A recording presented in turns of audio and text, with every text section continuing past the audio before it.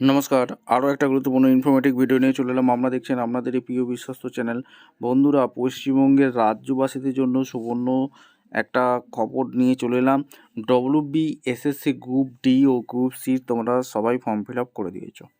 এইবার সবথেকে গুরুত্বপূর্ণ বিষয়, তোমরা পড়াশোনা তো করছো, তোমাদের একটাই মনে কোশ্চেন যে পরীক্ষাটা কবে হবে। পরীক্ষাটা কবে হবে আজকের একটা গুরুত্বপূর্ণ ভিডিও নিয়ে চলে এলাম, যেখানে তোমাদের পরীক্ষার একদম অফিসিয়ালি নোটিফিকেশান নিয়ে আলোচনা করব। পরীক্ষা কবে নাগাদ হতে পারে, সম্ভাব্য ডেট আজকের এই প্রতিবেদনে বলে দেবো।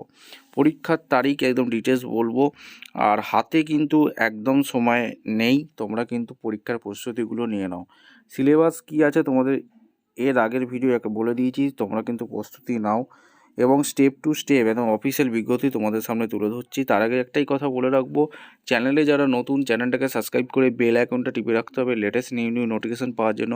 স্টেপ টু স্টেপ একদম অফিসিয়াল বিজ্ঞপ্তি তোমাদের দেখ।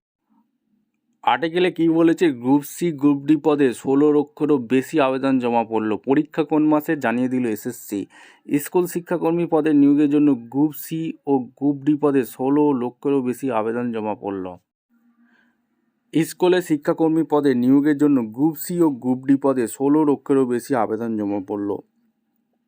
স্কুল সার্ভিস কমিশন সূত্রে জানা গিয়েছে 16 লক্ষের মধ্যে গ্রুপ সি পদের জন্যই আবেদন জমা পড়ল বেশি এসএসসিতে। গতকাল রাতেই শেষ হয়েছে গ্রুপ সি ও গ্রুপ ডি পদের নিয়োগের জন্য আবেদনের সময়সীমা। 2016 নিয়োগের অবশ্য 18 লক্ষেরও বেশি আবেদন জমা পড়েছিল। 2016 নিয়োগের তুলনায় তুলনামূলকভাবে কম আবেদন জমা পড়ল এবারের নিয়োগে।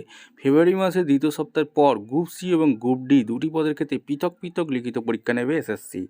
পরীক্ষার্থীর সংখ্যা বেশি হওয়ার একসঙ্গে প্রচুর পরিমাণে পরীক্ষা কেন্দ্রের প্রয়োজন রয়েছে, সেই কারণে সময় নিয়ে পরীক্ষা নিতে চায় এসএসসি। তাহলে তোমাদের ফেব্রুয়ারি মাসে দ্বিতীয় সপ্তাহ নাগাদ WBSSC গ্রুপ সি গ্রুপ ডির পরীক্ষা হচ্ছে।